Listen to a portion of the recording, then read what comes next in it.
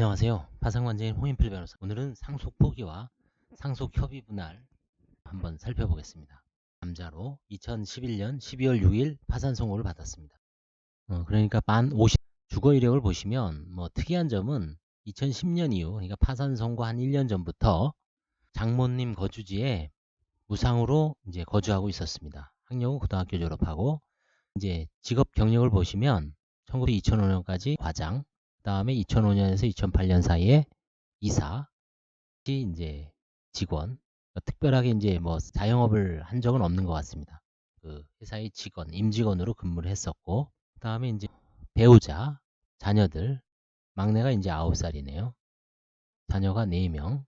그다음에 이제 아버님이 83세로 노부가 계셨습니다. 채무는 사업자금인데 임직원으로 있으면서 보증채무를 쓴 것 같아요. 10만 100만 채무가. 자산으로는 보험해약 환급금이 434만 원이 있고, 과거 5년 동안에 처분한 재산은 빌라가 처분했고 강제경매로 매각됐고, 환급금 497만 원이 채무 변제를 위해서 해약이 됐고, 특이한 사항은 없습니다. 이미 빌라가 경매로 처분됐기 때문에 은닉 재산은 없는 걸로 판명이 됐습니다. 배우자의 재산은 당시에 없었고, 부모 재산은 아버님의 재산이 있었는데 어머니가 갖고 계신 집을, 빌라를 3분의 1 상속분으로 갖고 있는 거고, 자녀 재산은 없고, 파탄 시기미 원인은 2005년 외국계 회사에 취업하였지만 회사의 자금 사정 악화, 이사들이 연대보증인으로 서명한 것 같습니다. 근데 회사가 이제 잘못되는 바람에 수십억 원의 채무를 떠안은 거죠. 특이한 점은 2008년하고 2009년에 어디 지방 파산을 신청했는데 취하했습니다. 채무자의 얘기로는 예납 비용이 수백만 원 나와서 채무가 많으니까 예납 비용을 많이 하려고 아마 요구한 것 같습니다. 좀 약간 문제는 있죠. 보증 채무 90억 원인데 700인가 800을, 보험해약금 434만 원은 빼면 280이 안 되기 때문에 포기했습니다. 채무자인 아버님은 3분의 1 갖고 있는데 채무자는 없었죠. 3년 전이니까 2011년에서 이때. 그래서 이 원인에 대해서 한번 살펴보겠습니다. 채무자인 모친이 빌라를 갖고 있었어요. 보시면은 2008년 8월 6일 지방법원 어디 지원에 느단이 이제 상속 포기 신청입니다. 상속 포기 신청을 했어요. 8월 6일 날. 상속 포기 결정을 받았죠.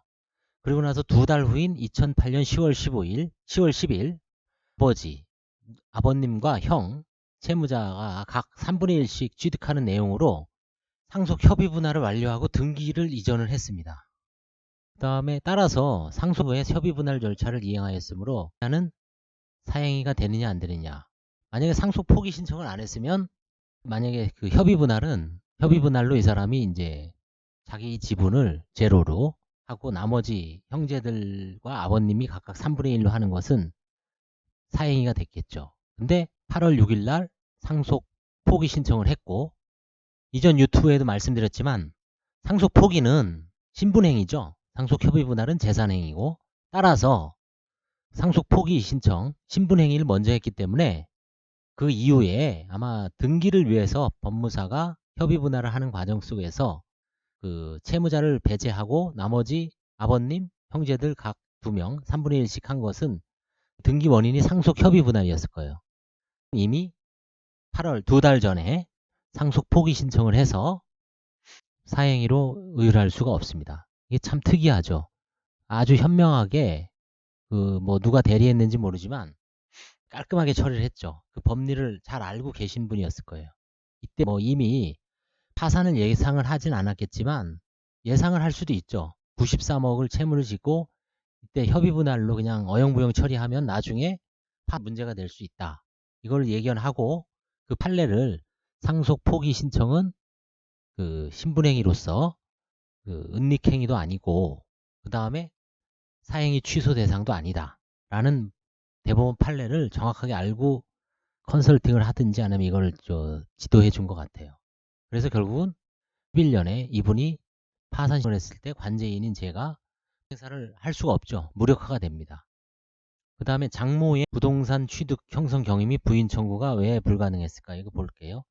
부동산은 장모가 2002년경 취득하였죠.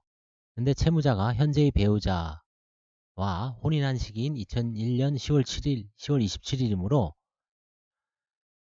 채무자의 자금이 유입될 가능성도 배제할 수 없다. 뭐 아주 가정적으로 좋다. 채무자의 자금이 들어갈 수도 있다. 왜? 혼인한 건 2001년 10월 27일이고 장모가 취득한 건 그 다음에죠. 도와줄 수도 있다.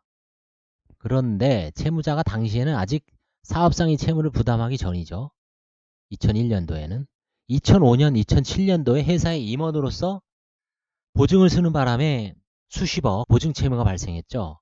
만약에 이때 결혼한 이후에 장모가 취득하는데 도와줄 수도 있죠. 사이로서. 모친으로부터 2004년경 빌라를 증여받는 등 당시에는 채무자가 충분한 자력이 있었습니다. 따라서 이를 은닉할 이유가 없죠. 그래서 결국은 채무가 장모의 부동산 취득 이후에 발생한 것이므로 설사, 가정적으로 채무자의 계산으로, 그러니까 채무자의 돈으로 장모에게 증여하였다고 하더라도 채무초과 상태가 명백하므로 채무초과는 2007년이죠.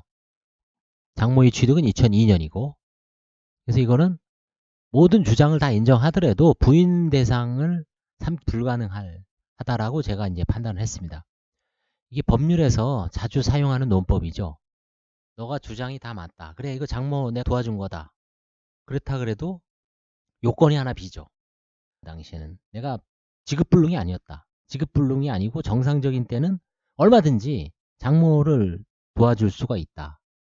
따라서 그거는 장모를 도와준 거지 내가 장모 명의를 은닉해 놓은 건 아니죠. 그래서 이거는 설사 채무자가 도와줬다 하더라도 부인 대상은 아니다 라는 논증을 한 겁니다. 파산 신청을 하면서 채권자 목록이 상이한 점에 대해서 한번 또 문제 제기를 할 수가 있어요. 채권자가. 채무자는 왜냐면 미리 지방에서 2번 했었죠. 2008 하단 사건에서 3년 전에 파산 신청을 했어요. 개인 채권자 4,300만원, 3억 8천만원 채권자 목록을 누락해서 제출하였으나 2009 하단에 제기하신 이 채권자를 기재하고 그 다음에 이 세 번째 이 신청에서는 또 이걸 이제 관제인이 물었죠. 왜 당신이 왔다 갔다 하냐.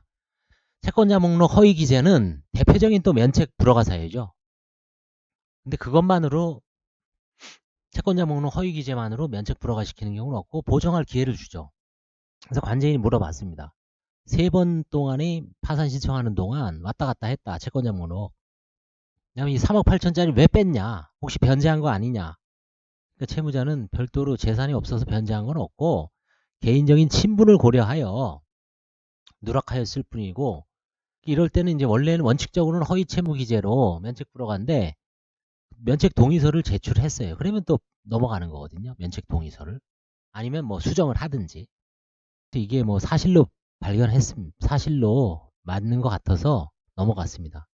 채무자는 어머니가 돌아가시고 나서 상속 포기 신청을 한 것 때문에 관제인이 부인권 행사도 안 되고 그것도 은닉도 아니고 면책 불허가 사유도 아니라 장모권은 이미 10년 전 사안이고 그 당시에는 멀쩡했었고 그 다음에 2009년도에 두 차례 파산 신청을 했는데 법원에서 700에서 800만 원 예납 비용이 나온 겁니다. 채무가 아마 90억, 80억, 90억 되니까 당연히 조사할 게 많은 줄 알고 700, 800만 원 좀 고죠. 그 당시로서도. 그래서 이제 취하할 수밖에 없었죠. 그리고 나서 이제 최근에 다시 들어온 거죠. 엄밀하게 얘기하면 면책 불허가 사유죠. 목록 누락했고 그 다음에 신청서에 상속재산 처분에 대하여 누락을 했어요. 그냥 뭐 자기가 안 받았으니까 누락을 했지만 원칙적으로는 그건 누락했고 허위 진술이죠. 일종의. 그 다음에 이제 허위 채무, 면책 불허가 사유인데 그 이후에 보면 개인 채권자에 대한 면책 동의서를 제출했죠. 그 다음에 상속재산 처분 경위도 다시 관제인이 조사를 해보니까 상속 포기, 신분행위를 해서 관제인이 가져올 수 없는 거야. 그러면 사실은 뭐 엄밀하게 얘기하면 기재를 안 했다 그래서 그걸 불허가 시킬 수가 없죠. 사행위도 아니고 은닉행위도 아니고 정당하다. 그래서 결국은 재량 면책을 할 수밖에 없었죠. 경제적 경쟁의 기회를 줘야죠. 그 꼬투리 잡아서 면책 불허가로 하기에는 너무 가혹죠. 그래서 면책 의견을 제시하고 기억해 두셔야 될 것은 1번 이거 아주 중요하죠. 이거 긴 거죠, 이거. 뭐냐면 이때가 2011년이죠. 지금도 2019년이죠. 제가 8년, 신제도를 거의 9년을 했어요. 근데 상속재산 협의 분할에 대해서 이 상속 포기로 한 경우가 이 사안하고 그 다음에 제가 기억나는 게 아마 철원 쪽에 아마 땅을 가진 젊은 친구가 있었는데 계모하고 분쟁이 있을까봐 아예 그냥 자기는 귀찮다고 그냥 포기를 했어요. 철원을 관하는 게 의정부 지방법원이죠. 그게 제가 기억에 남아요. 2건. 그 다음에 또 있을 수도 있는데 이 건하고 그 건. 철원 건 아주 기억에 생생합니다. 그거는. 아주 젊은 친구가 상속 포기 신청서를 딱 갖고 왔어요. 그래서 야 이거 웬일인가 했더니 바로 그런 어떤 가족 간의 분쟁 때문에 아예 상속 포기 신청을 한 거예요. 그 외에는 대부분 금액이 많고 적음을 떠나서 상속재산 협의 분할로 하죠. 그러니까 관제인이 대부분 다 부인권 행사를 할 수밖에 없죠. 금액이 적은 거는 몇백만 원, 큰 거는 몇천만 원, 아주 큰 건 억이 넘어요. 1억이 넘으면 어떻습니까? 대부분 부인 소송을 하려 그러면 취하를 해요. 그래서 이 사안에 이거를 누가 아주 정확하게 알고서 했으면은 대단한 거죠. 상속 포기하고 상속 협의 분할을 같은 날 해도 상속 포기는 소급표가 있어서 그런 게 대부분 판례죠. 이 사안은 같은 날 한 건 아니고 8월 6일 날 상속 포기 신청을 했고 그다음에 10월 달에 상속 협의 분할을 했어요. 상속 포기는 일단 하면은 문제가 없습니다. 상속 포기를 3달 내에. 분할은 아무 때고 해도 되죠. 아무 때 상속 포기 해놨으니까 협의 분할로 해서 그래 등기해. 나 제로. 법무사가 그냥 쉽게. 근데 여기서 대부분 우리나라 어떻습니까? 상속 포기를 안 하죠. 상속 포기를 안 하고 그냥 이게 이제 관제인한테 부인권 행사 상속 1위예요. 1위. 그중에서 협의 분할이 대상가에서 그 정도로 이게 상속 포기를 효과적으로 해서 부인권 행사를 좀 저지시키는 케이스가 거의 없습니다. 거의. 이건 아주 특이해서 제가 이번에 저도 리뷰를 해보면서 야 이런 게 있었구나. 아까 그 철원 사건하고 이거 2개만 기억납니다. 나머지는 수백 건이었을 거예요. 수백 건에서는 대부분 상속 협의 분할로만 합니다. 그래서 이제 이 점을 강조하기 위해서 제가 이 케이스를 자세하게 언급해 본 겁니다. 그 다음에 2번째와 관련해서는 부인 청구를 아무 때나 하는 게 아니라 부인 청구의 객관적인 요건은 채무 초과, 지급 불능 상태에서 재산을 넘기거나 증여하거나 도와줬어야 돼요. 뭐 편파행위를 하거나. 근데 이거는 설사 장모한테 도와줬다고 하더라도 시기상 그 당시에는 이 사람이 채무 초과가 아니었다라는 그 요건에 해당되지 않아서 부인권 행사를 이거는 뭐 일반적으로 대부분 그런 경우죠. 부인권 경제적 파탄 시기가 조사하는 게 상당히 중요합니다. 그거 대충 기재하면 안 됩니다. 정확하게 기재해야 돼요. 그래서 오늘은 상속 포기 신청의 중요성에 대해서 상속 협의 분할과의 차이점에 대해서 그 점에 대해서는 제가 이미 유튜브상 2개 정도로 찍어서 올린 게 있습니다. 그걸 합시오. 상속 협의 분할로 대부분 처리하고 상속 포기 신청을 하지 않는 이유. 그 다음에 상속 포기 신청과 상속 협의 분할의 차이점. 그 다음에 이번에 다시 상속 포기 신청을 먼저 하고 상속 협의 분할로 나중에 해서 관제인이 부인권 행사를 저지시킨, 무산시킨 케이스.